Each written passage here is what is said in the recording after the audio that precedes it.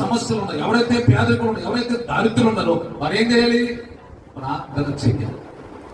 ఎన్నో సంవత్సరాలు మందిరకు వస్తున్నారు, ఇప్పటికి పట్టుమని పావు గంట మోకరించి ప్రార్థించే అనుభవం నీకు లేదు. దేవుని స్తోత్రం.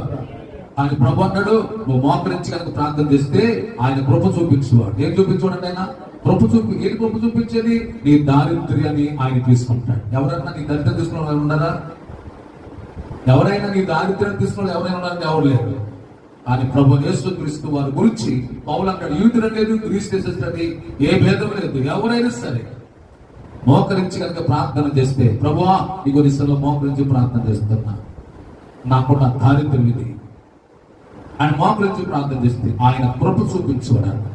అదే పౌలు కొరింథీ సంఘంతో మాట్లాడుతున్నాడు. అందుకని ఆయన కృపను ఎరుగుదురు కదా, ఆయన ధనవంతుడై ఉండి మీరు తన దారిద్ర్యం వలన ధనవంతు